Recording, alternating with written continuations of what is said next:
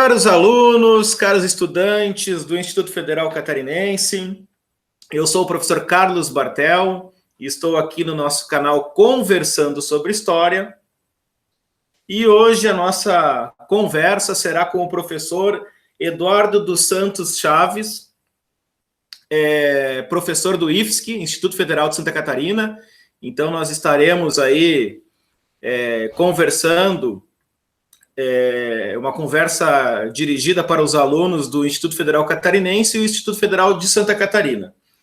E o tema da nossa conversa hoje são as mulheres do golpe, né? As mulheres do golpe de 1964, que é o tema de pesquisa do professor Eduardo. Antes de iniciarmos a conversa, eu gostaria de fazer uma rápida apresentação. O professor Eduardo, ele é graduado e mestre em História pela Universidade do Vale do Rio dos Sinos. Escreveu 2 belíssimos trabalhos, né? O trabalho de conclusão de curso intitulado Estudos sobre Anticomunismo no Brasil, Questões de História e Historiografia, e a dissertação de mestrado Do Outro Lado da Colina, a narrativa do Exército sobre a ditadura civil-militar, né? Ambos os trabalhos orientados pela nossa querida professora Marluza Arres. E o Eduardo agora pesquisa, faz o doutorado em História na Universidade Federal de Santa Catarina, na UFSC, com o tema Gaúchas de Direita, História e Memória da Ação Democrática Feminina Gaúcha, né? 1964-1985.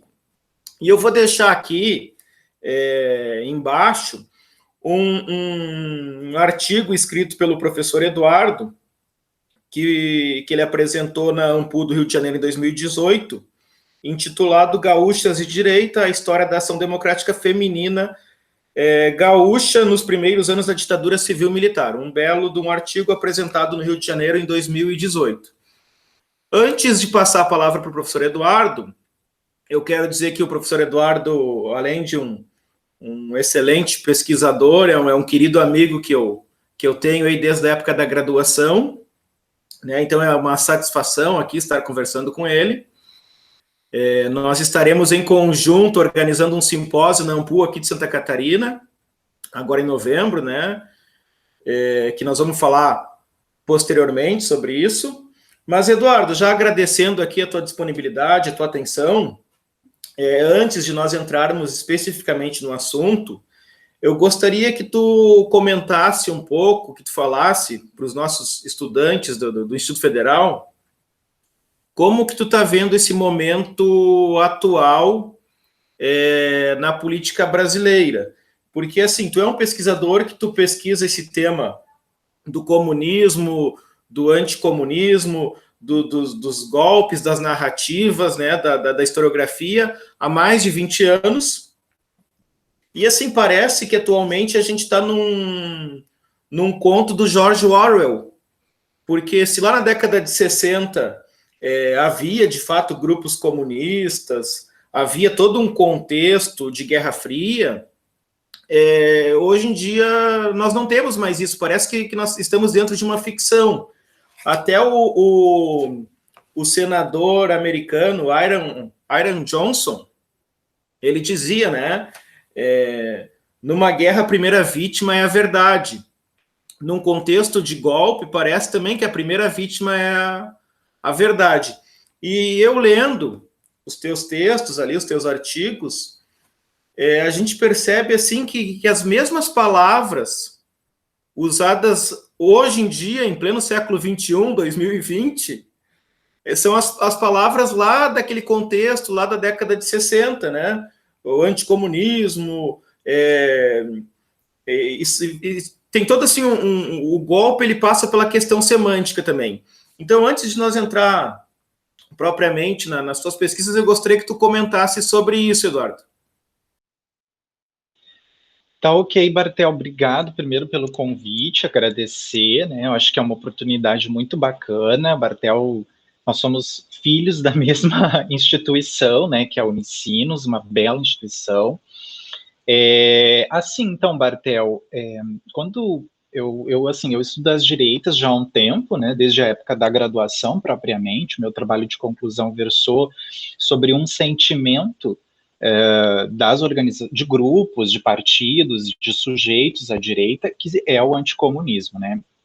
Eu entendo como um sentimento que ele foi, em certa medida, instrumentalizado. A gente não pode negar que houve, né, uma indústria, como alguns autores falam, assim, indústria do anticomunismo. As pessoas acusavam umas às outras de comunistas de forma né, a manchar a figura e etc. E, ao mesmo tempo, é um sentimento que realmente fazia parte daqueles sujeitos. Existe uma crença, né, principalmente nos anos 60, que é o meu tema de estudo, sempre foi assim, uma crença por parte de setores em relação ao medo que se vivia. Eles tinham esse sentimento de medo, né? Porque nós estamos aí nos anos 60, a gente tem que pensar que inseridos em um contexto de Guerra Fria, ocorreu uma revolução, né, na América Latina, uma revolução socialista, que é a Revolução Cubana, que na verdade nacionalista num primeiro momento, e que depois se encaminha para um alinhamento com o socialismo soviético a partir de 61. Mas de que a gente tem que dizer, né, de modo geral, ela é um sentimento que ultrapassa, né, assim, que perpassa as direitas brasileiras. Quando tu me faz essa pergunta assim, e hoje, né, o que tem a ver, como é que a gente pode explicar, eu acredito que as direitas, elas nunca desapareceram, de fato, né, eu acho que existe uma continuidade entre aquilo que ocorre nos anos 60 com o que vem a ser hoje. Evidentemente, não são os mesmos atores, né? Não é a mesma coisa, esse sentimento anticomunista, ele não é exatamente aquele mesmo sentimento dos anos 60, mas eu entendo que essas direitas que surgem nesse momento atual, né, a partir, sobretudo, de 2013, na verdade, elas retomam sentimentos e elementos do nosso anticomunismo mesmo. Agora, no caso de 2013, associado ao estranhamento, à repulsa a um partido político, que a gente sabe que é o Partido dos Trabalhadores. Então, é um sentimento também antipetista. Eu acredito que esse anticomunismo atual, ele tem uma vinculação muito forte com o antipetismo. Na verdade, com um sentimento de repulsa às, né, transformações sociais que é comum às direitas. Não quero eu aqui dizer que o PT, ou né, o Partido dos Trabalhadores, enfim, o lulismo é um movimento comunista de forma alguma. Na verdade, mostrando o quanto que essas direitas atuais, elas acabam assimilando, né, entendendo que essas duas questões, né, o comunismo e enfim, o lulismo ou o petismo, etc., né, eles estariam conectados. Mas, ou seja, assim, essas direitas, elas caminham por um longo tempo. Eu estive lendo há uns 2, 3 dias atrás um texto do professor Daniel Arão Reis Filho, da Universidade Federal Fluminense, que ele diz o seguinte, um texto que foi escrito aí, publicado pela Folha de São Paulo, em que ele diz que, na verdade, nós perdemos a oportunidade, né, de trazer as Forças Armadas ao mundo democrático. E isso me fez pensar várias coisas, inclusive a minha própria dissertação de mestrado, quando eu estudei lá os militares, né, quando tu citou ali a minha dissertação. Na época, era visível na minha dissertação, assim, a partir das fontes, que aquele mundo dos militares, eles ainda viviam dentro né, de um mundo simbólico e etc., da Guerra Fria. Ou seja, eles entendiam, em plenos anos 2000, que existia um comunismo, né? Ou seja, o que é interessante, né? E o professor Daniel, acho que traduz muito isso, assim. As Forças Armadas, elas estavam, durante o período já democrático, hoje, né? Elas ainda continuam sendo educadas a partir, né, de elementos reacionários, né? Conservadores e daquele mundo da Guerra Fria. Então, o anticomunismo, esse antipetismo que eu falo, eu estou dando o exemplo das Forças Armadas, mas haveriam outros grupos, espaços, né, que se somam a isso. Questão religiosa, eu acho que vem a se somar, né, o crescimento do campo evangélico e um campo conservador. Cabe destacar que os evangélicos a gente tem que colocar no plural, né, mas é um campo bastante conservador, E eu acho que tem, né, uma relação, né, evidentemente com as suas nuances, mas com o mundo atual, assim, com o presente, né. Eduardo, eu até tinha notado isso para conversar contigo aqui, Uhum. porque as Forças Armadas, né, que é sem dúvida, um ator protagonista aí dessa situação que a gente vive hoje, e principalmente do que a gente vivia em 1964. Uhum. O Exército tem a biblioteca do Exército, que produz muito material, Uhum. tem a formação dos seus oficiais, né? A gente vê agora os generais com esse discurso aí quase que esquizofrênico. Uhum. Eu tive visitando aí há pouco tempo atrás o Parque General Osório, ali Tramandaí, Osório, no Rio Grande do Sul, e lá tem os bustos dos generais, né, como revolucionários, comemoração. Esses tempos eu li uma biografia do Marechal Henrique Teixeira Lott, né, quer dizer, ele é maltratado até hoje, não se aceita nas Forças Armadas que se fale do Henrique Teixeira Lott, porque ele é uma persona não grata, né? Mas, enfim, e o que tu bem mencionasse aí, a Igreja Católica da década de 60, ela está hoje com toda a força nas neopentecostais. E aí é muito fácil de compreender também, porque é uma cruzada, né? É um discurso maniqueísta, né? É o bem, é o movimento cristão contra os comunistas, né? Os petistas, aí seja lá o que for, porque hoje está bem ampliada essa noção de comunista. Eduardo, mas assim, eu falava ali da questão semântica, e é isso, as mulheres que nós vamos conversar aqui, elas falavam em democracia, né, mas na realidade ajudaram a dar um golpe que estabeleceu um regime autoritário que gerou tanto atraso para o Brasil, né? Então tem esse jogo semântico. Então, assim, eu queria que tu falasse um pouco sobre as tuas pesquisas mais recentes, né? E sobre esse surgimento, porque aqui me parece algo bastante original no que tu vem pesquisando, que tu une dois temas que até pouco tempo atrás aí eram temas renegados na pesquisa, né? Não que não se pesquisasse, tem maravilhosas pesquisas, mas é a questão feminista e a questão dos movimentos de direita. Eu até me lembro quando surgiu o GT de direitas na AMPU, ele foi bastante criticado, viu? Olha, para que isso? Não sei o que, estão legitimando e blá blá blá. E hoje a gente vê a necessidade de compreender esses processos, esses fenômenos. Então, assim, que tu falasse um pouco do surgimento dessas organizações, né, e como que elas ajudaram a destabilizar o governo Jango, e assim, que tu fizesse uma comparação também entre o movimento das mulheres no Rio Grande do Sul com outros estados que tu também aborda, né? Uhum. Se no Rio Grande do Sul esse movimento foi menos intenso que outros estados, até porque no Rio Grande do Sul nós tínhamos um brisolismo muito forte, a campanha da legalidade, tudo, né?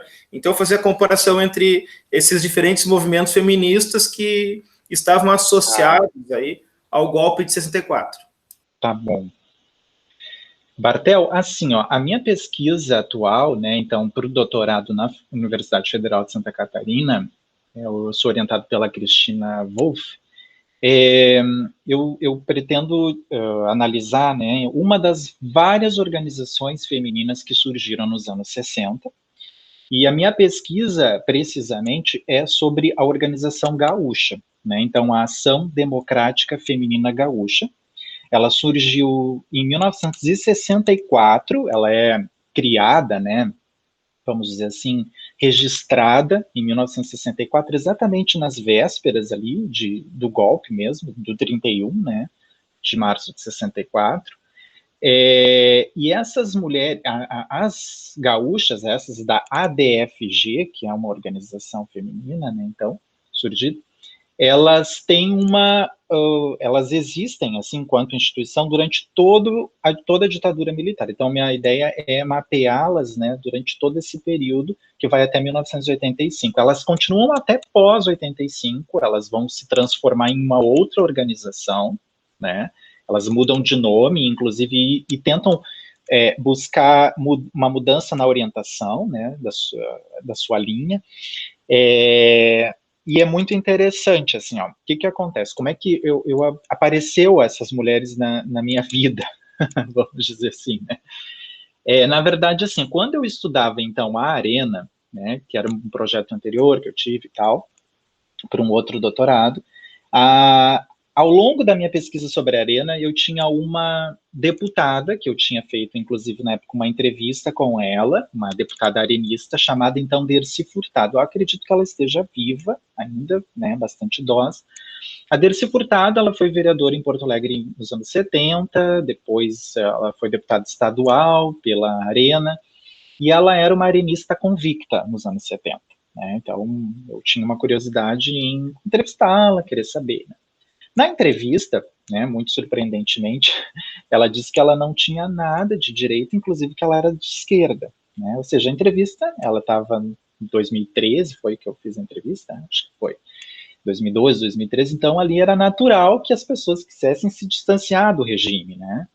Então a Dercy Furtado, ela dá essa entrevista. Mas na época eu fiquei muito intrigado, pensei assim, nossa, mas será que a Dercy Furtado, ela não era dessas organizações femininas? Porque eu sempre tive vontade e curiosidade em saber da existência dessas organizações no Rio Grande do Sul, né? E eis que eu vou, assim, algumas, né, procuro saber por onde ela caminhou, e ela andava nos círculos católicos, ela era muito católica, né, então frequentava esses espaços, e aí vai que eu encontro, né, uma nota, assim, uma página na internet que era dos Amigos da Terra, e eu digo, olha, quem sabe eu encontro alguma coisa da pesquisa, né, sobre a Dercy aqui e tal. E aí, enfim, entrei em contato com os Amigos da Terra, pergunto, eles eram, então, hoje eles são uma instituição ambientalista, e aí eu quero saber se eu posso visitá-los e queria saber se tinha alguma fonte, né, que pudesse me apresentar alguma coisa sobre a Dercy.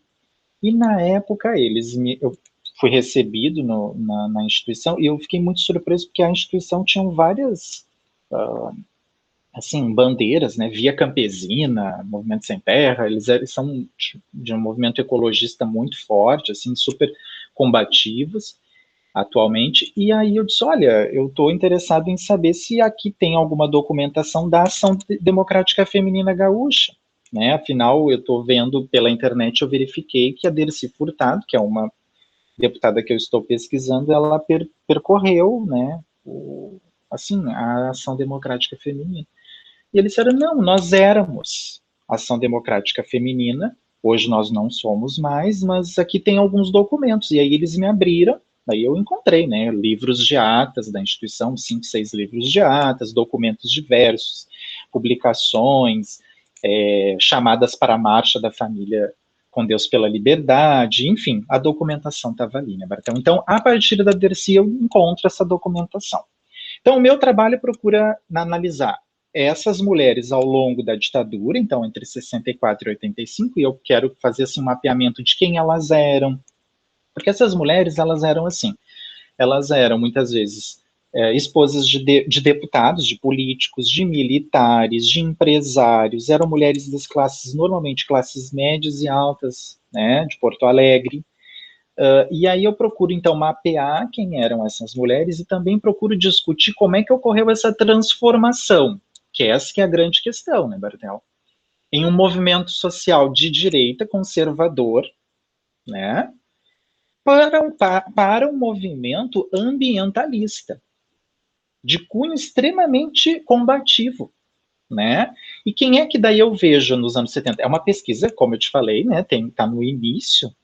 Então, assim, quem é que eu vejo ali final dos anos 70, né, encaminhando uma discussão mais para esse campo ambientalista? Magda Renner, que é uma famosa ambientalista, vai pertencer aos quadros da DFG, né, e que vai encaminhar essa discussão para um campo muito mais combativo. Então, eu queria ver aqui o que aconteceu para uma instituição que promove Marcha da Família com Deus pela Liberdade em Porto Alegre, no Largo Glênio Pérez, em 1964, né, para uma instituição lá nos anos 70 para os anos 80, combativa, ambientalista, vai participar de uma série de atividades internacionais, inclusive, tá? Extremamente, assim, né, combativas, né, com pautas bastante radicais, inclusive, do ambientalismo, né? Isso aí eu pretendo discutir, tá? Mas, assim, essas mulheres, quando eu falo, assim, em 64, quando elas surgem, elas estão inseridas em um contexto bem amplo, que eu digo assim, elas, né, tem uma série de mulheres que surgiram aí, de organizações femininas, né? E aí eu até trouxe para te apresentar aqui, posso projetar, Bartel? Pode, fica à vontade, Eduardo. Tá, eu vou projetar aqui uma tela aqui que fica bem bacana. Tu estás vendo? Tá vendo, Bartel? Tô vendo, tá legal. Tá, beleza. Então, assim, na verdade, eu te trouxe aqui uma ideia, né? Uhum. Tá passando, né, os slides. Sim, tá passando. Tá? Então, assim, Tranquilo. como é que começa o negócio, né? Então, 1961, a gente tem, né, entre 61 e 64, né, o período, então, do Goulart na presidência. A partir, então, né, da renúncia do Jânio Quadros, a gente tem, então, as dificuldades do governo Jango, a partir, então, de agosto de 61 até março de 64, abril. A gente tem, então, as dificuldades do Goulart e a organização, eu acho que é importante frisar isso, né, e a articulação de um movimento golpista. Isso significa que não são somente essas mulheres que eu vou apresentar aqui, que na verdade desgastaram o governo Jango, né, que colaboraram para esse golpe que ocorre em 64, mas tu tem uma série de outros setores, tem militares, né, evidentemente, né, a gente tem empresários que financiam, tem o complexo IPES-IBAD, né, que é bem forte nessa época, o IPES mesmo financiava uma série de grupos, inclusive essas organizações femininas, em grande medida, elas têm um financiamento forte. Então, empresários, militares, setores religiosos, principalmente católicos, né, a gente tem uma série de bispos, padres, né, espalhados por vários cantos do Brasil, com objetivos de desgastar esse governo aí estabelecido a partir de 61, que vai, né, passar por uma série de dificuldades, como eu falei para vocês, e um desgaste até 64, quando a gente tem o golpe. Precisamente sobre as organizações femininas, Bartel, eu posso te dizer, então, que haviam, então tem várias, né, mas eu enumero 5 organizações que eu acredito que são as principais e que, na verdade, elas têm um papel mais importante, assim, né, das organizações femininas nesse contexto, tá? Tem uma organização, a primeira delas que surge é a Organização Paulista, que está aqui o nome, a União Cívica Feminina, que tem a sua fundação em São Paulo.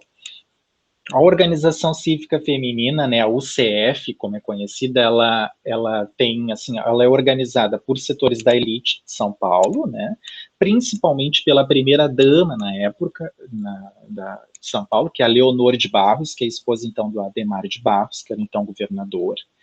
E a União Cívica, ela tem uma força a partir de 62, elas se organizam, né, elas fundam a instituição, e elas começam com essa, né, tentando aglutinar cada vez mais mulheres, né? Então, a primeira delas é a União Cívica. A segunda é a Campanha da Mulher pela Democracia, que surge meses depois da UCF, que é a CAMD. Essa instituição é a mais, a gente considera, assim, quem estuda esse tema, né, e já tem uma historiografia que já desvendou bastante coisa, já apresentou excelentes trabalhos e pesquisas, que é a Campanha da Mulher pela Democracia. É a principal das instituições, dessas organizações, tá? Ela é criada no Rio de Janeiro, na Zona Sul Carioca, em Ipanema, no Rio, tá? E aglutinava também esses setores, elite, né? Vamos dizer assim, setores medianos e altos da sociedade, tá? Mulheres de empresários, de militares, também quem colaborava na organização eram padres, né, bispos da época, tá? A outra é a LIMT, que é essa liga aqui, a Liga da Mulher Democrata, que é de Belo Horizonte, Minas Gerais, que ocorre o surgimento em janeiro de 64, depois a gente tem as pernambucanas da Cruzada Democrática Feminina, e por último, as que eu estou pesquisando, que é a Ação Democrática Feminina Gaúcha. Eu citei aqui essas 5, que tiveram um papel muito importante, assim, né, nesse desgaste do governo Jango, tá? Depois eu falo mais precisamente sobre o que foi produzido, Bartel, que daí eu acho que deixa mais claro, assim, por onde nós estamos, tá? Essas mulheres, então, né, aqui eu tenho uma foto da ação da CAMD, né, que é a Campanha da Mulher pela Democracia. Na verdade, até o conceito de democracia já foi até discutido em grande parte da historiografia sobre esse tema. A democracia significava a expulsão do inimigo, e esse inimigo era o comunismo. Então, esse conceito, né, de democracia é um conceito extremamente utilizado por elas na ideia de expulsão do inimigo, né? Então, toda hora elas recorrem. Tanto que, se a gente for ver, né, a própria organização que eu estudo neste momento é a Ação Democrática Feminina Gaúcha, né? Ou seja, olha também as mineiras ou as pernambucanas, todas elas, né, acabam trazendo a democracia a partir de um contexto propriamente de direita, conservador, anticomunista, daquele momento, tá? Essas mulheres, elas ficaram assim, durante muito tempo conhecidas pela forte campanha de desestabilização do governo, pelas ações golpistas, mas também pelas marchas da família com Deus pela liberdade, né? Que eu acredito que essa é a grande, assim, elas ficaram conhecidas inclusive por serem marchadeiras, elas, né, foram chamadas por um bom tempo.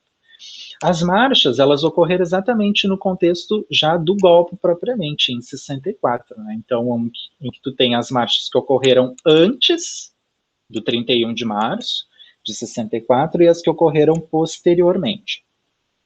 Por que elas decidiram, primeiro, né, fazer as marchas? Na verdade, as marchas, elas eram uma resposta ao comício que o Goulart fez na Central do Brasil no dia 13 de março de 64. Em que essas mulheres, diante dos pronunciamentos do presidente João Goulart, elas se sentiam extremamente, né, atingidas.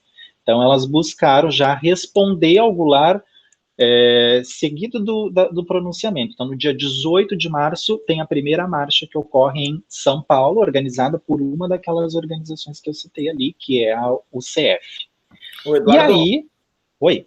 Não, até só para aproveitar aqui o gancho, tu até naquele texto que tu apresentou no Rio de Janeiro, tu diz que a Associação Gaúcha ali, ela surgiu como uma reação ao comício da Central do Brasil. Exatamente. Mas assim, ó, eu queria te perguntar se tu suspeita ali, ou nas tuas pesquisas, que essas mulheres, elas parece que elas tinham em comum que eram todas católicas, né? Porque esse movimento, sim, ele foi organizado naquele contexto, mas essas mulheres, elas já tinham uma rede social formada, sim, né, no seio da Igreja Católica. Tanto é que nesse texto que eu citei, de tua autoria, tu mostra que elas fizeram um encontro na PUC do Rio Grande do Sul, sim. né?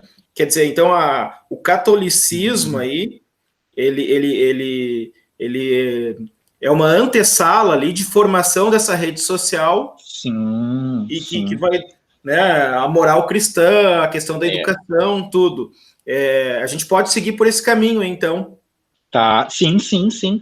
Olha só, então, Bartel, aproveitando, né, sobre a DFG, eu consegui verificar 2 espaços, né, em que elas estiveram, assim, no momento da sua fundação, né, onde elas se pronunciaram publicamente, ó, nós somos Ação Democrática Feminina Gaúcha e estamos aqui para proteger, entre aspas, a democracia e tal, tal, tal. Na verdade, né, o que acontece? Elas estavam, então, na PUC, que tu pudesse ver ali, e também no Colégio Sévigné. No Colégio Sévigné, elas produziam, porque era uma escola católica, e elas tinham uma forte entrada na promoção de cursos para a juventude, que, segundo elas, estava extremamente ameaçada diante do avanço das esquerdas. Tá?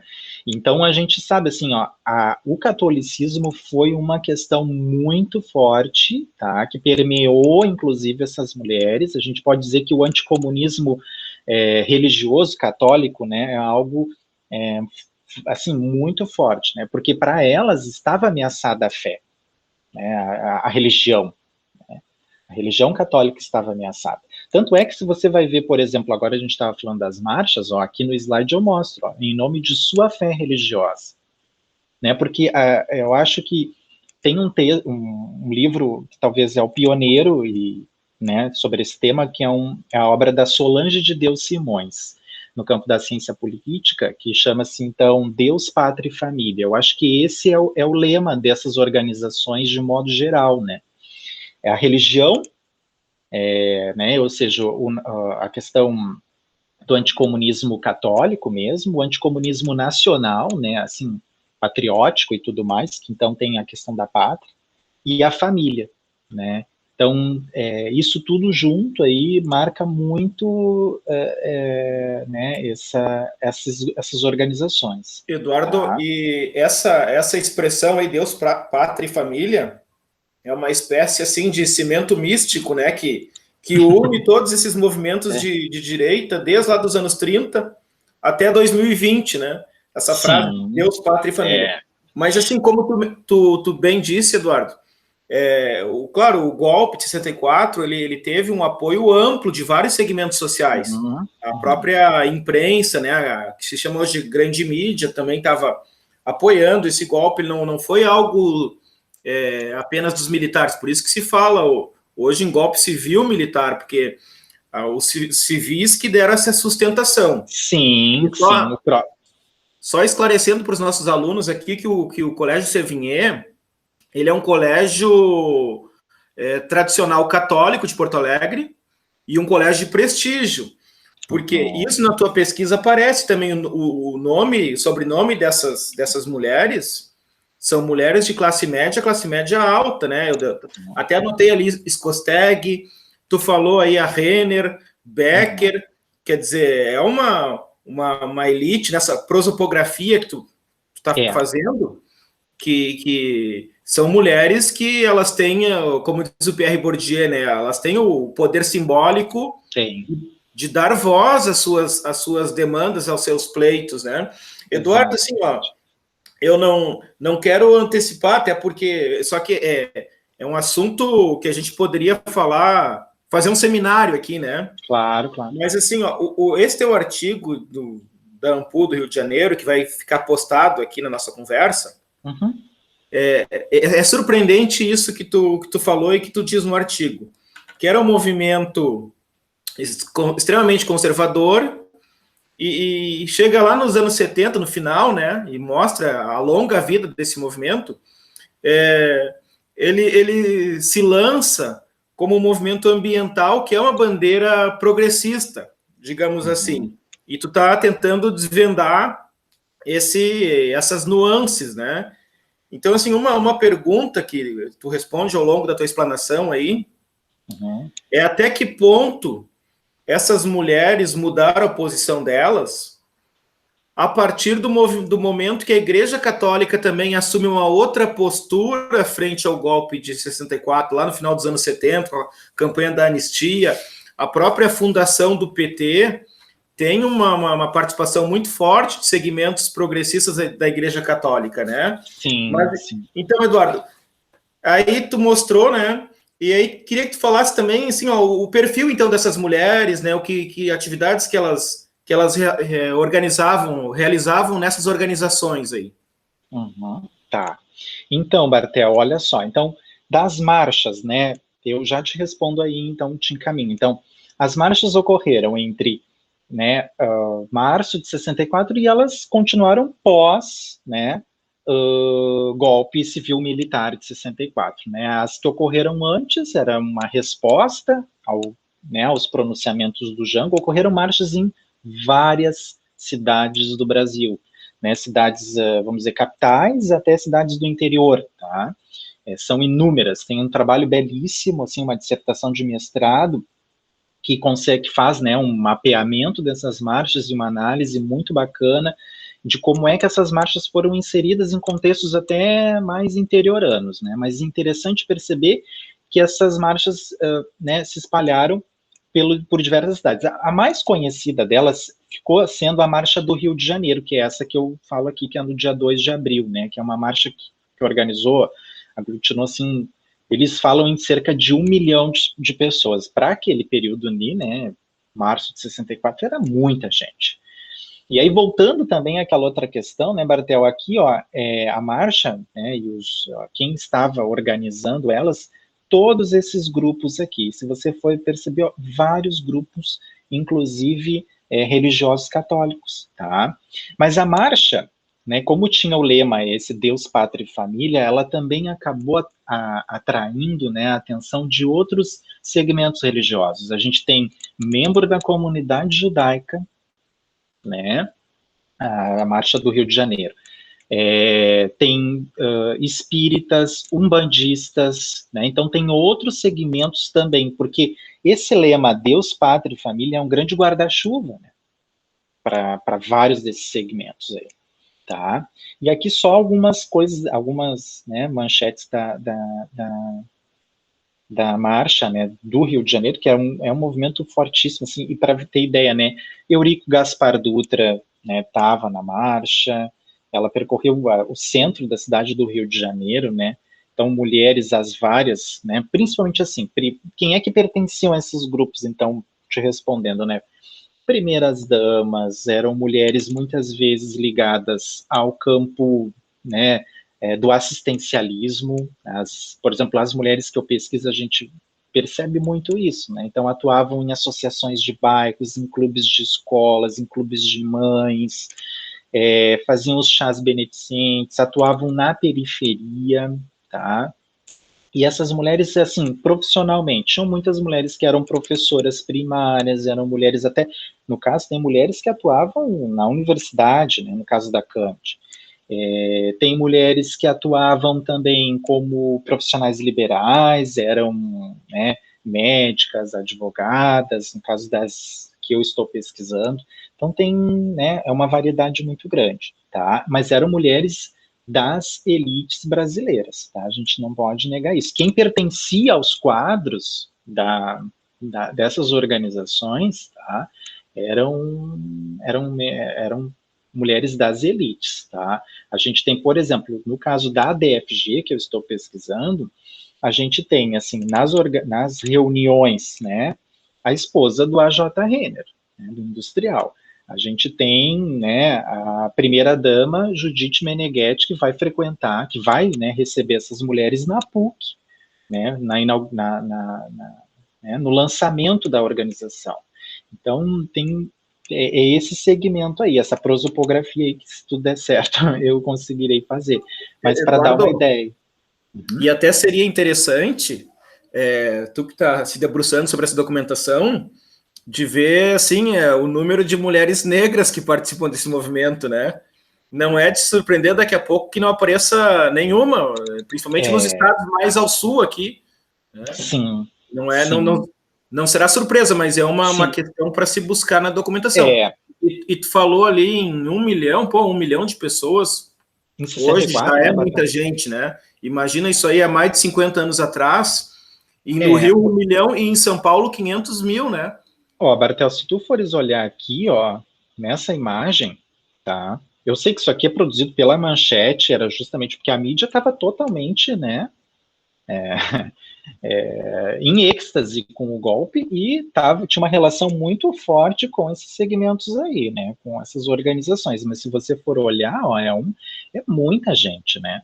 Agora, Bartel, respondendo então essa tua questão, né, sobre esses outros segmentos sociais que participam desses grupos, assim, ó, embora até o momento eu venho percebendo que quem pertencia aos quadros, tá, da DFG, da CAMD e da UCF eram membros das elites, então eram mulheres aí, né, ricas da região, dessas regiões.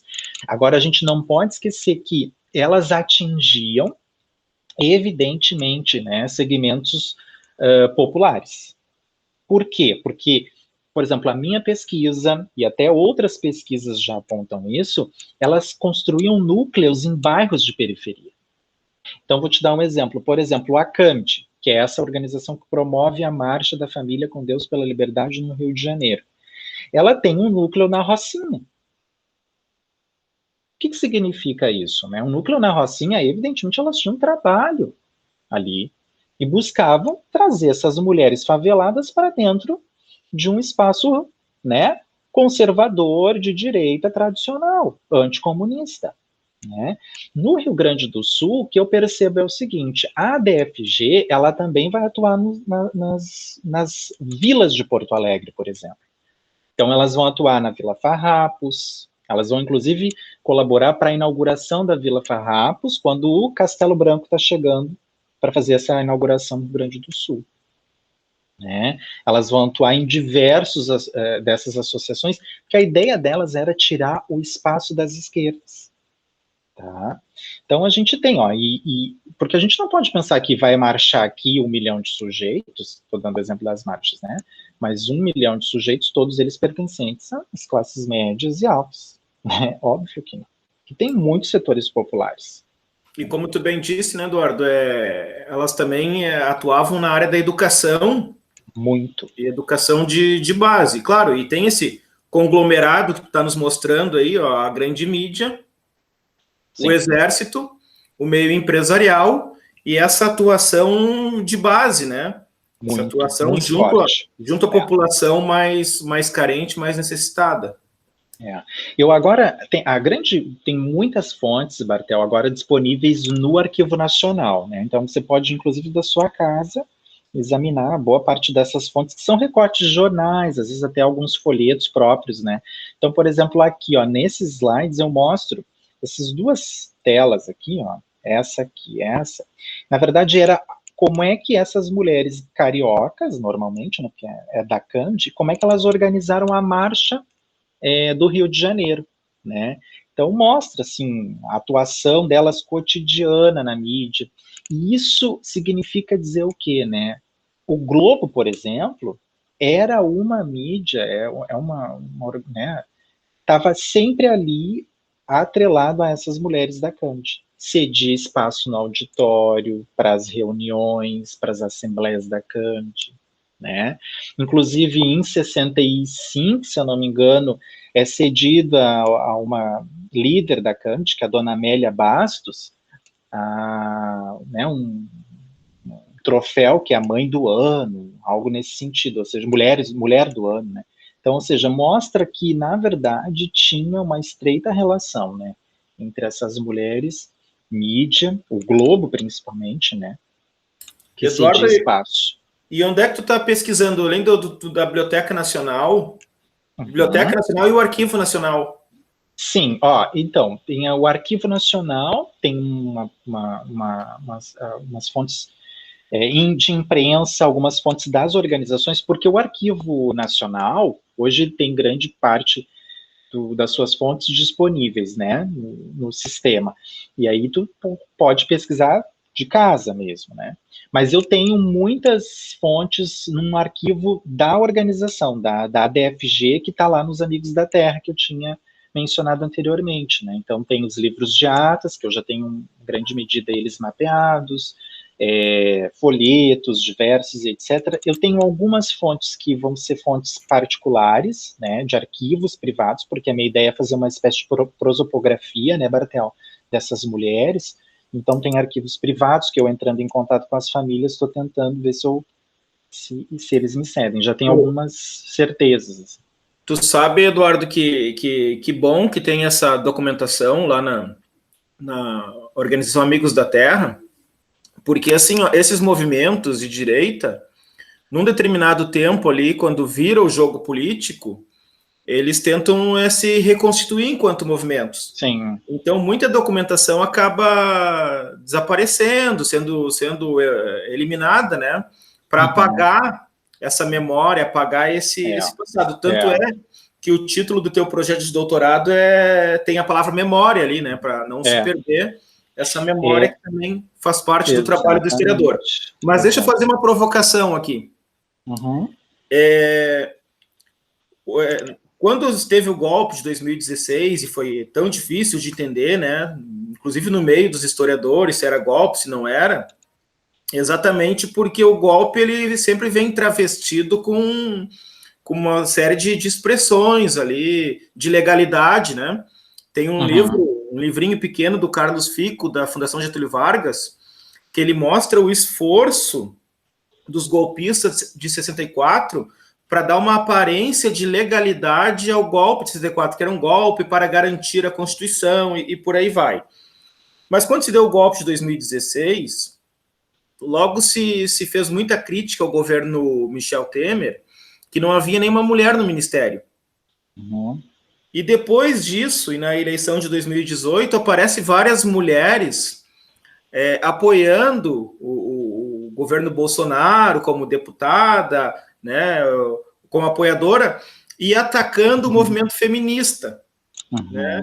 Então, assim, claro, guardando as devidas proporções, até que ponto, Eduardo, também não sei se esse é mas até que ponto essas mulheres elas defendem um discurso feminista, porque nós estamos na final da década de 60, tem o maio de 68, o surgimento do movimento feminista. Como é que é a relação dessas mulheres conservadoras com o movimento feminista que está surgindo naquele contexto? Tá. Ó, Bartel, bem bom, boa pergunta, assim, ó, porque o que acontece? Até eu quero te mostrar. Ó, teve um congresso em 1967, porque essas mulheres, assim, ó, a grande questão muitas vezes é o seguinte, tá? Ocorre o golpe de 64, elas marcharam, como a gente viu aqui, ocorreu o golpe, tem a ditadura a partir, então, de 64, né, o golpe é civil-militar, a ditadura é militar ou civil-militar, é uma discussão também, mas, assim, de fato é que elas continuaram existindo, essas mulheres, organizadas ou não, né? Que boa parte da historiografia até então fazia, né, tal, até 64, pós 64, até tinha alguns, né, elas desapareceram. Elas não desapareceram. Muitas ainda continuavam organizadas. Tanto que as que eu estou pesquisando, as da DFG, elas vão continuar, né, por um tempo.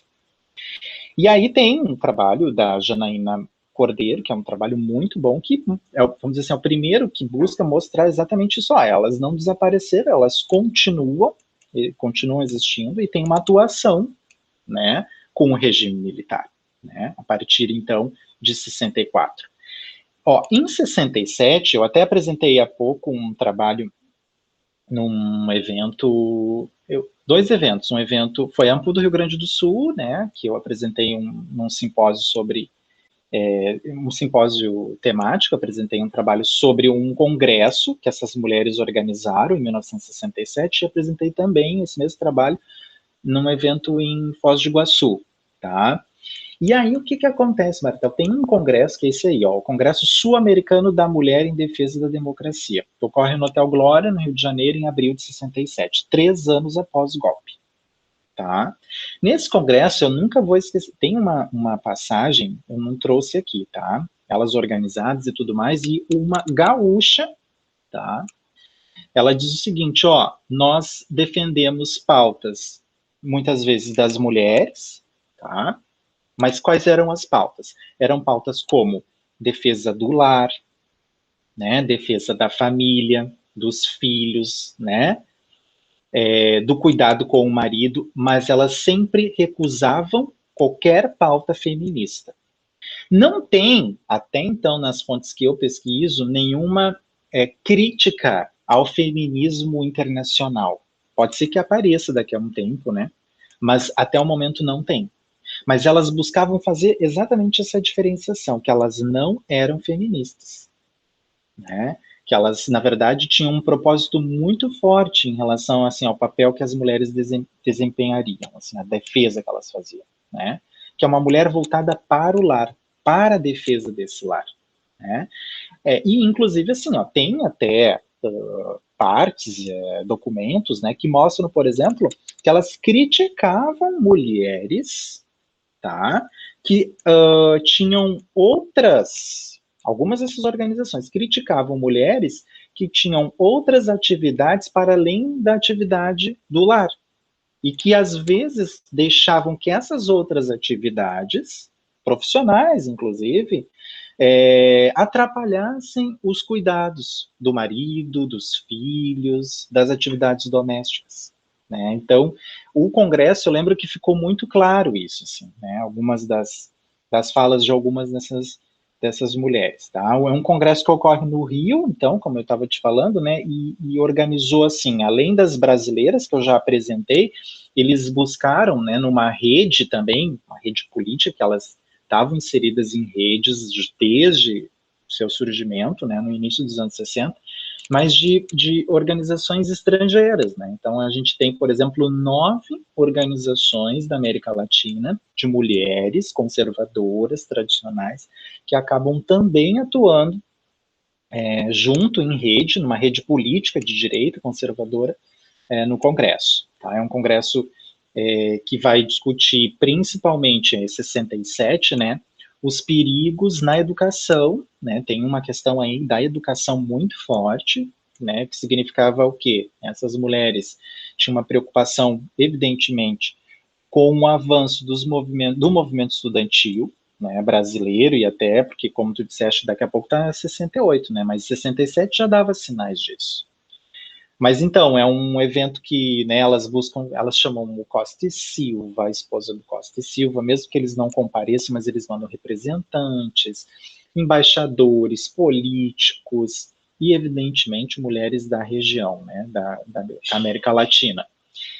Dessas organizações, eu chamo a atenção para essa terceira aqui, ó, Bartel, que é a Acción Mujeres de Chile, que é uma organização conservadora, tradicional, de direita, que surge em 1963, e que vai ser uma organização que, né, em colaboração com as brasileiras, elas recebem muita ajuda, assim, no sentido de, né, ajuda intelectual, né, no sentido de, pensem assim a organização e etc., das brasileiras. Então, as brasileiras vão ajudar essas mulheres chilenas, né, no sentido mais organizacional, e em 1973, né, no golpe que ocorre no Chile, elas vão ter uma atuação muito forte, né, na deposição do Allende. Elas vão fazer as famosas marchas das caçarolas, né, das panelas vazias no Chile, tá? Mas teriam outras organizações também. Eduardo, deixa eu te fazer duas perguntas, então, a respeito disso.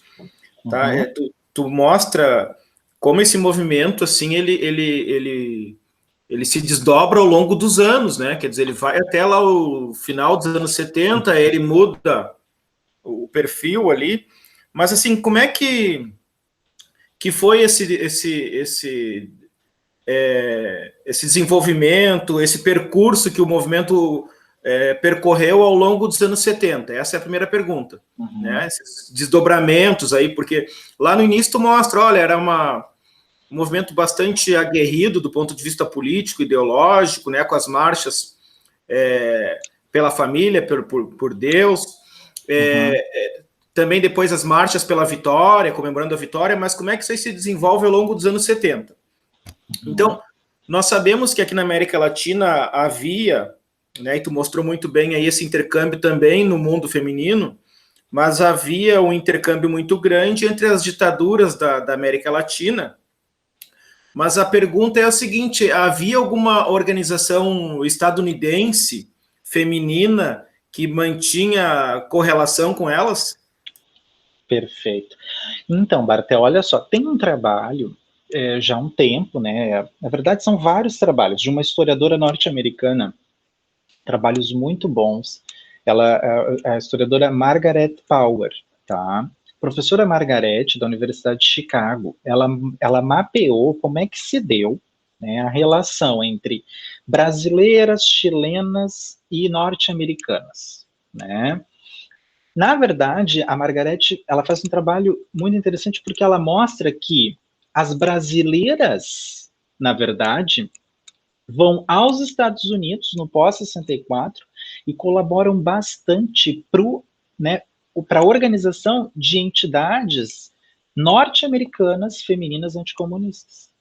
Porque muitas vezes a gente pode pensar no inverso, né? Como se as norte-americanas estivessem encabeçando uma saga, uma luta, uma cruzada, né, anticomunista na América Latina, e não ocorre isso.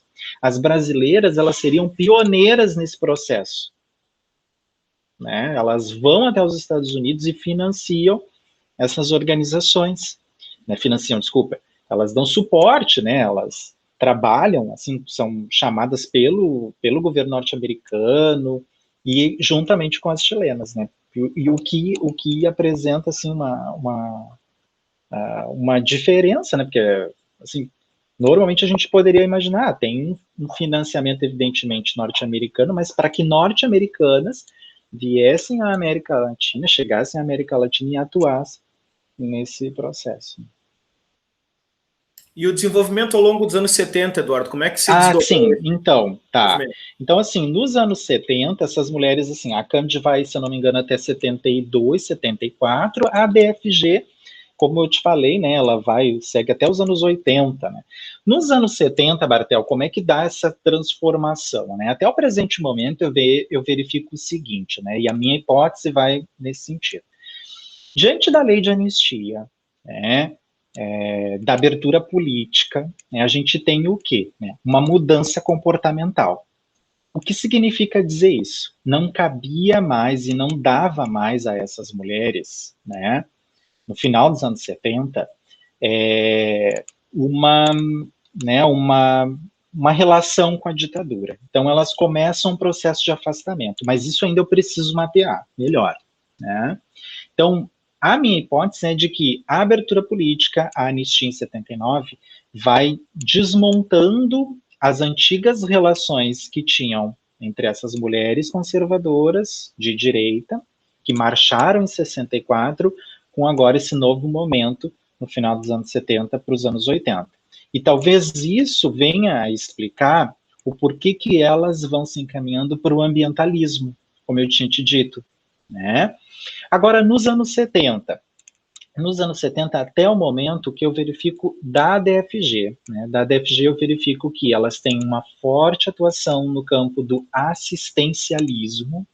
Então, como eu te falei, né, eu trouxe algumas coisas, essas aqui seriam as mulheres da DFG, tá, Bartel? Que é uma visita do Castelo Branco em 65, no Piratini, e elas estão ali né, recebendo.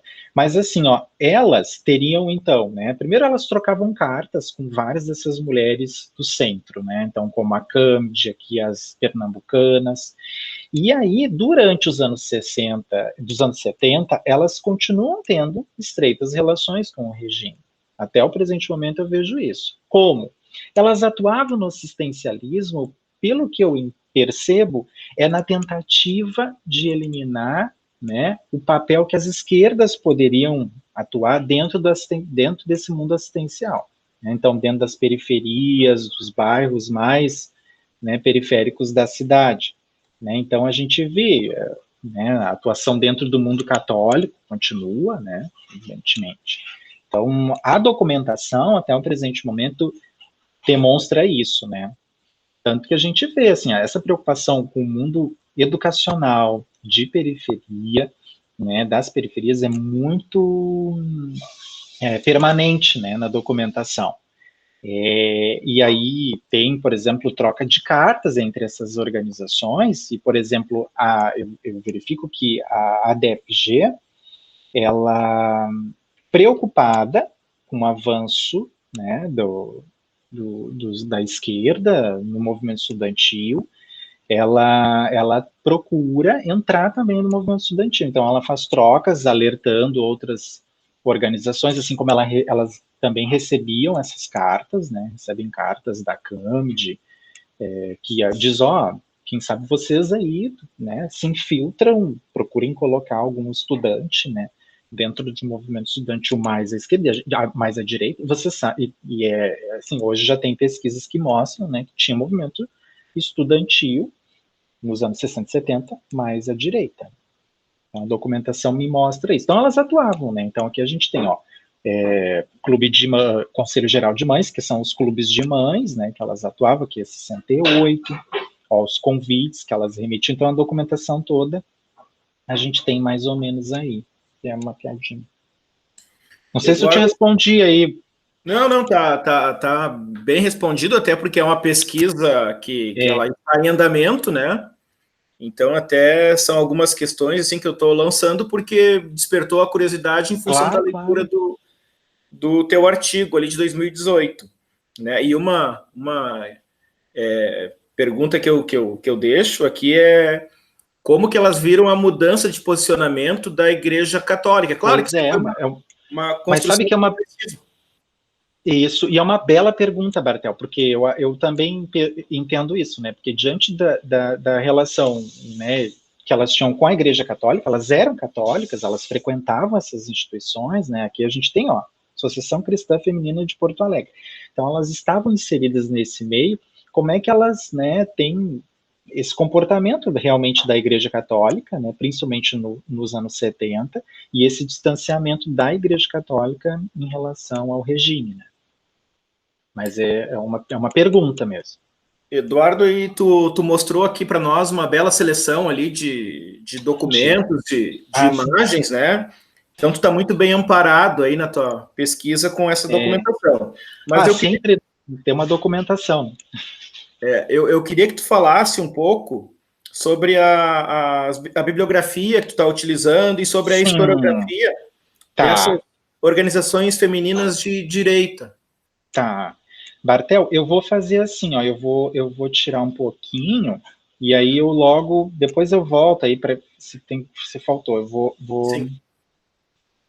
deixa eu desconectar então um pouquinho, que daí eu vou mostrar os livros que eu separei aqui para ti, tá? Eduardo, e quem é que são só complementando a pergunta, quem é que são os teus interlocutores hoje sobre essa temática aí? Então, assim, na verdade, então da historiografia, assim, ó, eu tô, na verdade, assim, eu gosto bastante, Bartel, do pessoal do Rio de Janeiro, tá, da Federal Fluminense. Teoricamente, assim, a gente tem uma afinidade, assim, confesso para ti, porque, né, grosso modo, assim, o que é esse trabalho, né? Discutir uma organização feminina de direita, né? Mostrar também que a ditadura, ela foi uma construção social, né? Então, porque a gente não pode entender o regime só como uma ação de militares, né, sobre uma sociedade que só resistia, né? Eu acho que ela é uma construção social na medida que a gente tem que entender que tem setores sociais, e essas mulheres, né, eu procurei aqui nessa conversa contigo mostrar que essas mulheres estiveram, sim, né, muito ativas, né, durante esse período do regime, pró-regime militar. Então, assim, historiadores como o Daniel, o próprio Daniel Arão Reis Filho, né, que eu acho que acho que ele, a professora Denise Hollenberg, a Samantha Quadrat, a própria Janaína Cordeiro, né, são historiadores que eu procuro dialogar bastante no meu trabalho, assim. Eu acho que as contribuições deles né, vêm a colaborar muito, né. O próprio Rodrigo Pato Samota, né, da Universidade Federal de Minas Gerais, com as discussões sobre anticomunismo, né, e um belo trabalho agora que foi lançado já há um tempo, né, sobre as universidades e o regime, apontam nesse sentido. Então, essa, vamos dizer assim, que é a minha conversa, vamos dizer assim, com a historiografia brasileira. E com a historiografia até estrangeira, a gente tem o Pierre Laborie, que já vem discutindo essa questão da construção social de regimes autoritários. Ele estuda o caso de Vichy na França, né? E então eu estou nesse processo, assim, né, nessa discussão. Sobre a historiografia, Bartel, assim, ó, eu destaco que, assim, quem inaugurou, né, assim, o estudo sobre as direitas, sobretudo na articulação golpista, né, eu considero que a primeira obra foi a obra do René Dreyfus, tá? 1964, a Conquista do Estado, tá? Eu acho que é uma obra célebre, assim, uma contribuição fantástica à historiografia. O Dreyfus, ele era professor da ciência política, né? Ele era um cientista político. Eu acho que a ciência política, principalmente nos anos 80, ele produziu isso em 1981, se eu não me engano, tem uma contribuição fantástica, né? A historiografia naquele período dos anos 80, ela não tinha essa preocupação, né, de uma história mais do tempo presente ou de uma história mais contemporânea.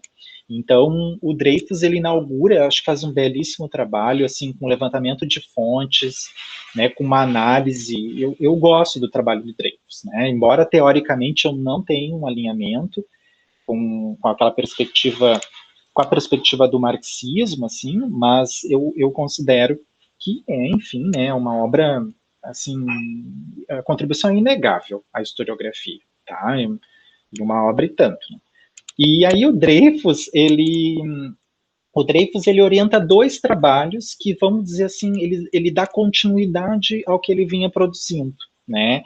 Que é o trabalho esse aqui, ó, da Solange de Deus Simões. Depois eu te passo, Bartel, se tu quer, eu te passo os slides, e aí, se quiser compartilhar também, né? E aí, que ali tem, né, no último slide tem esmiuçado. Então, Deus, Pátria e Família, da Solange de Deus Simões. A Solange também fez o trabalho na ciência política, tá? Na ciência política da UFMG, então ela defende, eu acho que é em 84, 85, e logo vem a publicação, em 85 a publicação da Solange de Deus Simões. E esse trabalho, vamos dizer assim, é um trabalho que faz assim, essa síntese de quem são esses grupos que atuam nas vésperas ali de 64, né, desses grupos que eu citei. Um trabalho muito bom. Teoricamente, está nessa linha do Dreyfus. Elite orgânica, né, bebe bastante do Gramsci, e eu acredito que tem assim, contribuições muito importantes. Depois, assim, o outro trabalho que é orientado pelo Dreyfus é um trabalho que também é dos anos 80, na ciência política, da Universidade Federal de Minas Gerais. Ele é de 86, que é esse trabalho aqui, ó, da Heloísa Starling, tá? Heloísa, ela é professora hoje do Departamento da História, né, da Universidade Federal de Minas Gerais, tem uma série de livros escritos e tal. A Heloísa faz um trabalho que eu entendo também, que dá continuidade àquilo que foi desenvolvido pelo Dreyfus, e ela faz um trabalho, né, sobre Minas Gerais e o contexto do golpe 64. Até o trabalho é muito legal, assim, o título, eu acho bonito, né, que é Os Senhores das Gerais, os Novos Inconfidentes e o Golpe de 64, né, e é muito bacana, ela faz um trabalho, Bartel, muito legal para percorrer essas elites, quem eram esses sujeitos. E até sobre a organização feminina mineira, ela faz, assim, tem um capítulo mais específico que ela se debruça para esmiuçar, assim, né, para desvendar quem eram essas mulheres, quem era quem, as relações que tinham com a organização carioca, com as paulistas, por onde circulavam católicos, militares, empresários, né, dentro desse complexo golpista de Minas Gerais. Então, são dois trabalhos, então, Dreyfus, esses dois textos, né, seriam trabalhos assim que eu considero que pioneiros e importantes para entender essas organizações femininas aí, né? Eduardo, Nos anos... não só um parênteses, que tu até comenta ali que o golpe, apesar de ele tá sendo gestado, ele foi assim inesperado, né? Uma série de precipitações ali. Uma vez eu conversei com um senhor aí que era cabo do Exército em 64, e ele disse o seguinte, que eles não estavam aguardando, foram chamados às pressas para ir defender a refinaria Alberto Pasqualini em Esteio, porque eles imaginavam que ia ter uma grande reação, né? Como em 61. Exatamente. Então isso aí é um dado e aí nesse contexto as mulheres ali elas vinham fazendo uma série de preparações. Sim. E tanto é que mudaram a agenda em função da antecipação do golpe, né? Exato. O texto da Solange, o livro, eu até esses dias entrei em contato contigo, eu perguntei se esse livro ele já não estava... que às vezes é uma arrogância, que tá ultrapassado isso, né?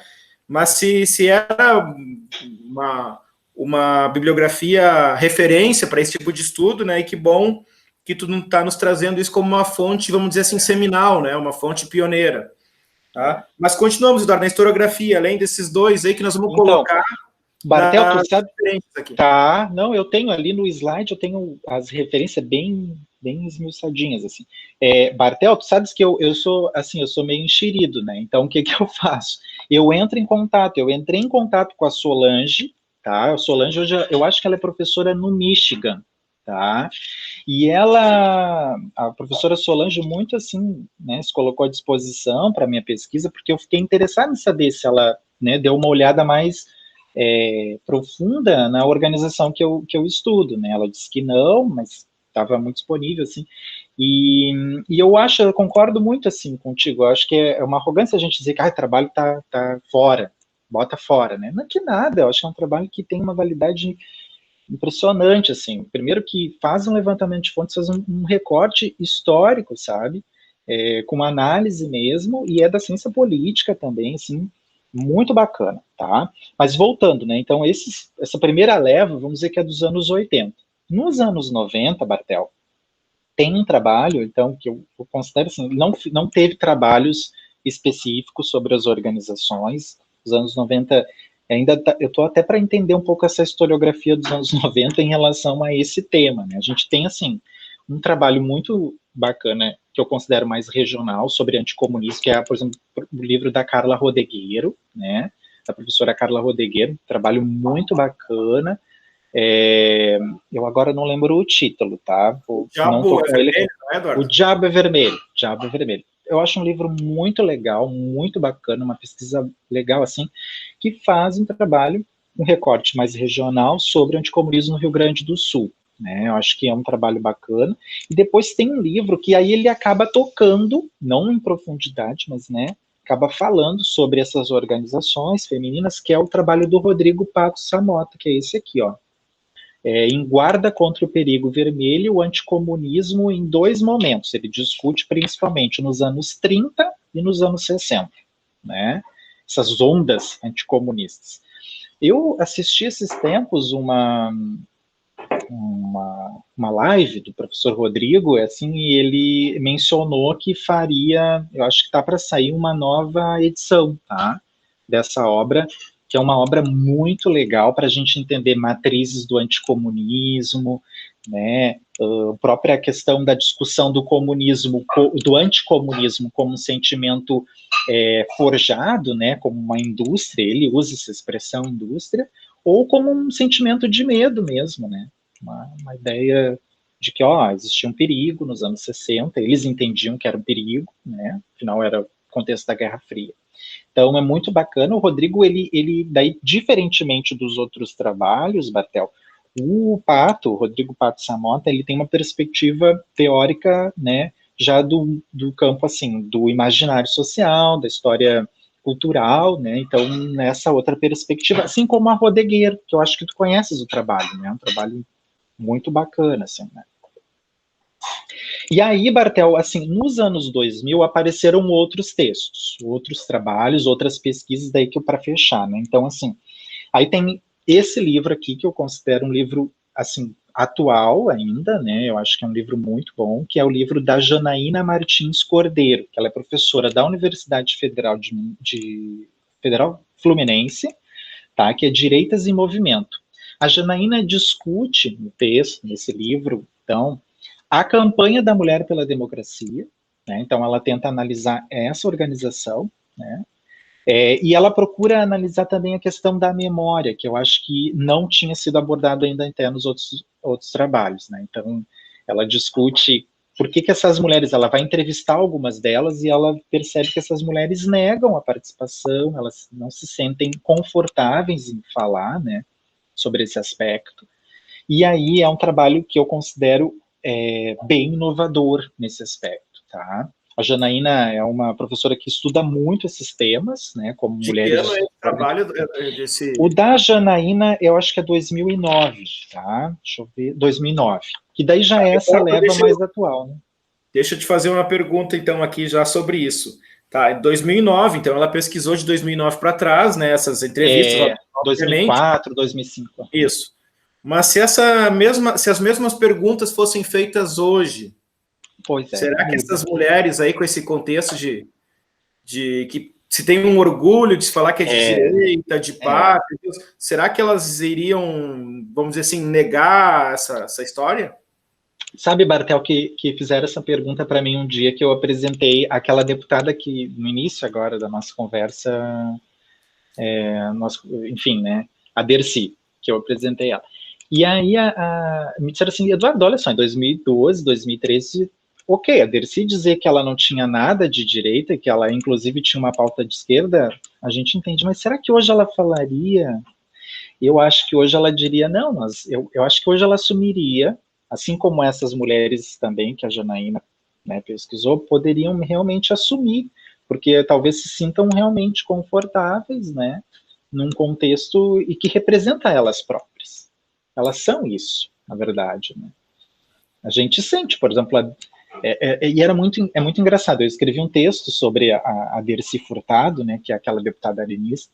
Então, que a Dercy diz assim, né, na entrevista ela diz assim: eu me sentia muito desconfortável em sentar em mesas com militares, com deputados de direita, e aí isso na entrevista em 2012. E quando eu olhava as fontes, jornais, né, os anais da Assembleia Legislativa, a gente percebe, né, ela totalmente feliz ao lado dessas pessoas, defendia o regime abertamente, então Ou realmente eu seja, não tem acredito. nada de desconforto ali. Porque aquilo, né, Bertel, eu acho que a memória, ela é um território movediço, né, e ela está em constante transformação, né, eu acho que é nesse sentido, assim. E aí, É um pouco Pollack. E ela é ressignificada, né, Eduardo? Exatamente. Eduardo, e esse 2009, depois tem mais alguma obra? Depois Então, desse... tem assim, ó, tem sim. Então, assim, ó, eu tenho umas dissertações. Eu vou de novo projetar, tá? Para te mostrar aqui algumas coisas.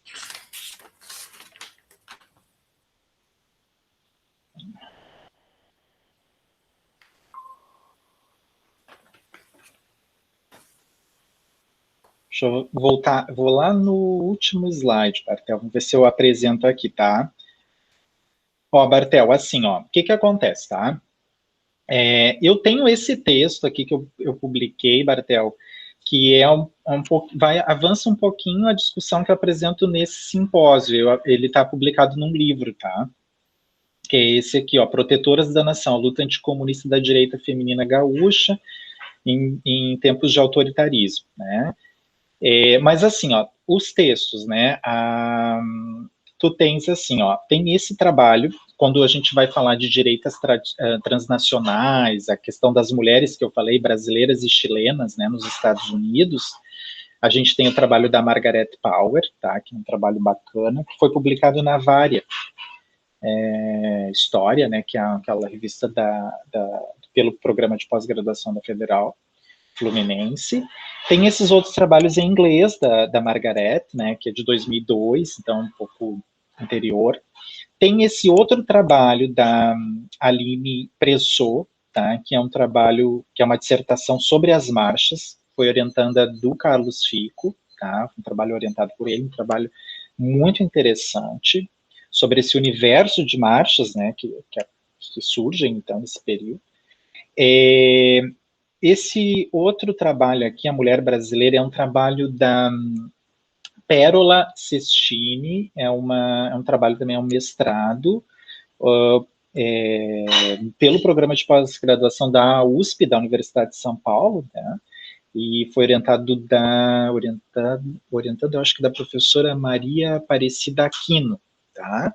É um trabalho que estuda mais precisamente a União Cívica Feminina, uma organização paulista, tá? O trabalho da Simões, que eu falei, e tem esse trabalho que é do Ronaldo, ou é Reginaldo, acho que é Reginaldo Souza, tá? Que ele estuda, enfim, mulheres paranaenses da União Cívica Feminina, porque a União Cívica, embora ela fosse, né, ela era paulista, foi construída em São Paulo, ela acabou se espalhando por diversos estados do Brasil, né, criando núcleos pelos estados, então, como Paraná, até Santa Catarina e tudo mais, e ele faz esse trabalho que já é de 2016, tá? Tem outros trabalhos também, tem uma dissertação de 2015, tá? Que, se eu não me engano, é 2015, pela Federal Fluminense, sobre a CAMD, tá? Que dá continuidade a esses trabalhos. Então, tá aparecendo, assim, algumas coisas, né, mais novas. Vou tirar aqui um pouquinho, Bartel. Que vem mostrando, assim, principalmente na ideia, Bartel, eu acho que agora é desvendar quem eram essas mulheres. Talvez é um trabalho mais de história social, prosopográfico, tem trabalhos já na linha da história do cotidiano dessas ditaduras, né? Tem trabalhos da própria professora Janaína, lá da Federal Fluminense, que vai nesse sentido, e trabalhos tem argentinos também, a historiografia argentina já vem percorrendo um pouco essa história do cotidiano dos regimes autoritários, da ditadura argentina, né, desses grupos. Até porque, né, Eduardo, na Argentina e no Chile, por exemplo, eles têm muito mais facilidade de trabalhar com essa temática do golpe, porque lá foi criminalizado o golpe. Foi. E nós aqui ainda tratamos hoje como um certo tabu, né? E, inclusive com instituições dentro da esfera do Estado defendendo um discurso aí que eu chamo de esquizofrênico, de revolucionário. Total. Ô, Bartel, tu sabes de uma coisa que até fizeste uma pergunta para mim, né? Que é, em 1964 elas fazem o golpe ocorre, enfim, né? E depois os militares têm um esforço muito grande, né? Para construir uma ideia de revolução. A ideia não é golpe, né? É revolução contra revolução. A redentora. Né? Contra golpe ou redentora. No meu mestrado, eu percorri um pouco isso, né? Porque a Bibliex, ela produziu 14, 15 livros com entrevistas de militares, né? Produziu e publicou.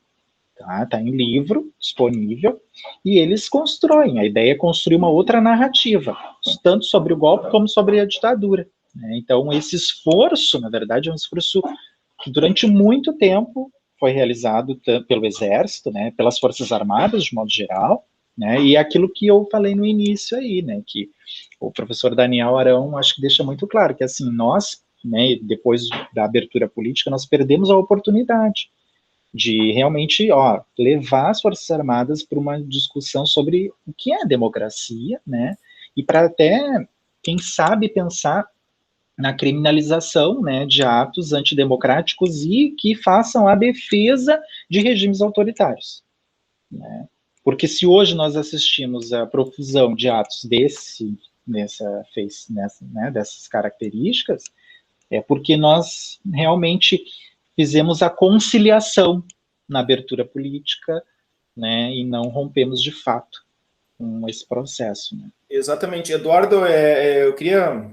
Né, já estamos aqui há mais de uma hora conversando com o professor Chaves, né, que nós temos outra questão em comum aqui que a gente não disse ainda, Eduardo, é que nós dois trabalhamos com a professora Ieda Gutfreien. Sim, maravilhosa. A Ieda, que a gente já envia um abraço aqui para ela. Muito.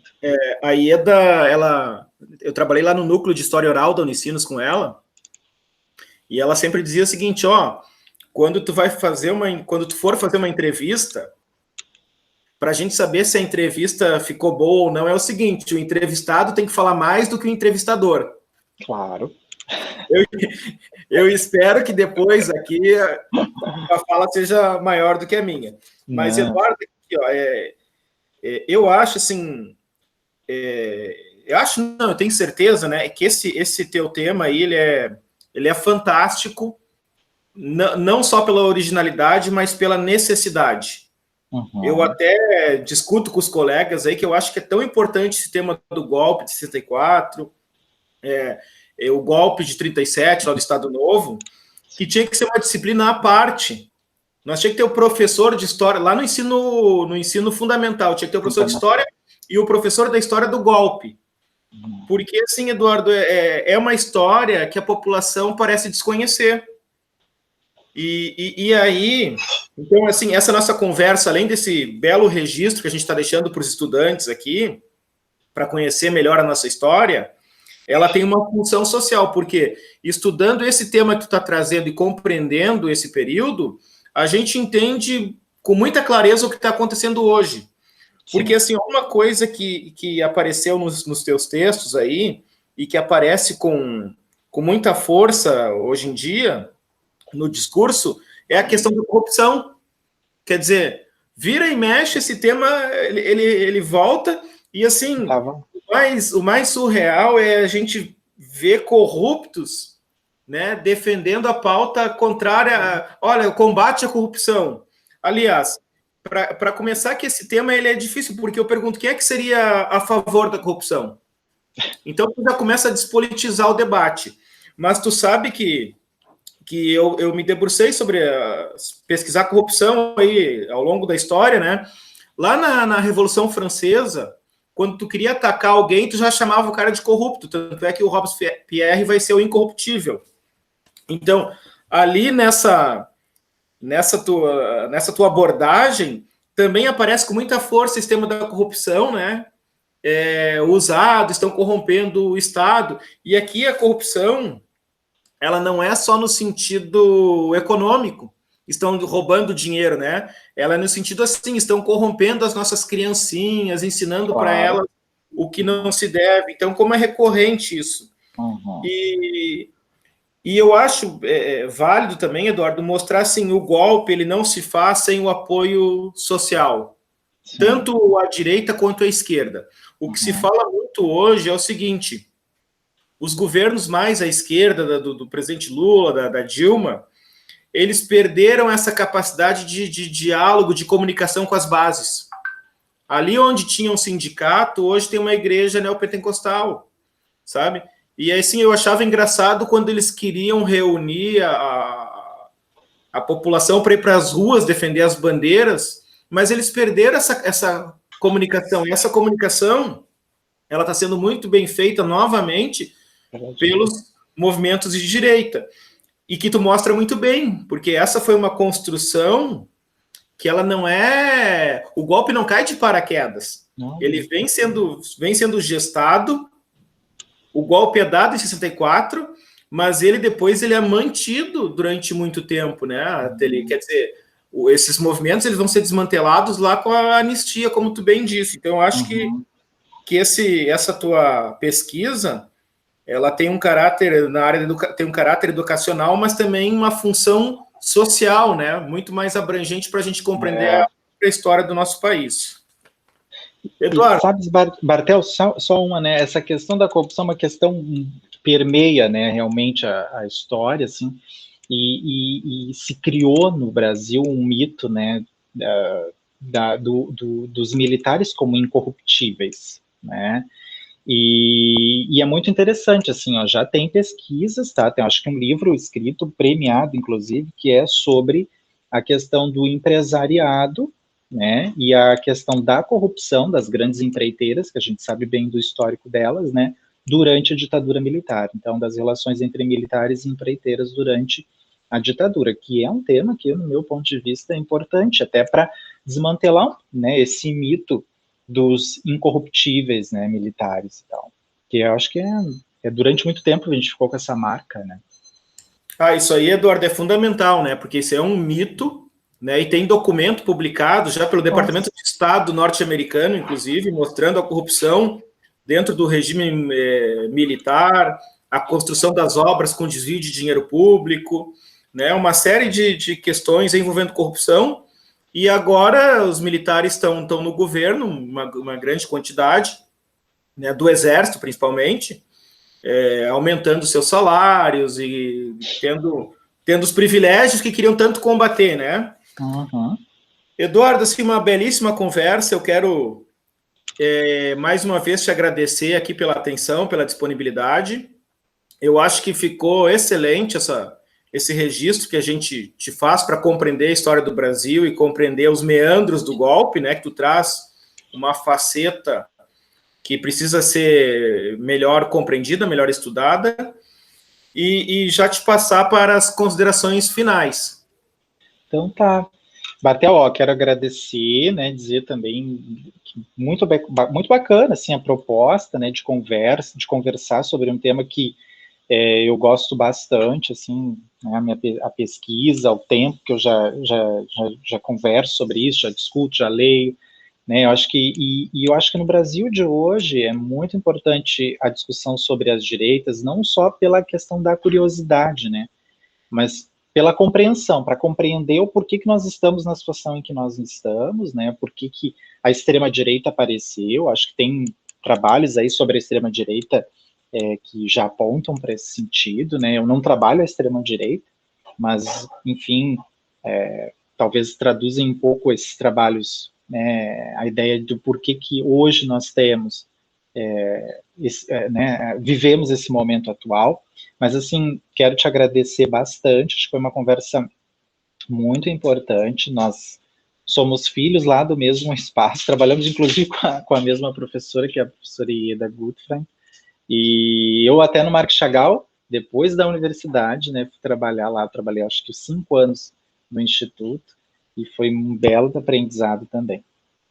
Então, quero te agradecer, Bartel. E nós tivemos uma... Lá a gente teve muitas experiências maravilhosas, né? Era uma universidade jesuíta, que a gente trabalhou com uma professora judia, e tivemos a oportunidade de ter aula com um pastor luterano, né? Exatamente, é isso aí. Então, Eduardo, permanece aí para a gente conversar depois, mas eu vou encerrar nossa gravação aqui já te agradecendo, né? Se possível, tu manda essa bibliografia. Mando sim, já te mando agora. De forma editável, Eduardo, para eu colocar na descrição ali para quem tiver interesse em acessar essas fontes que tu citou aqui. Ótimo. Tá bom? Um grande abraço aí, tudo de bom, e um abraço para os nossos alunos. Espero que tenham aproveitado nossa conversa, que vai ficar aqui no canal Conversando sobre História.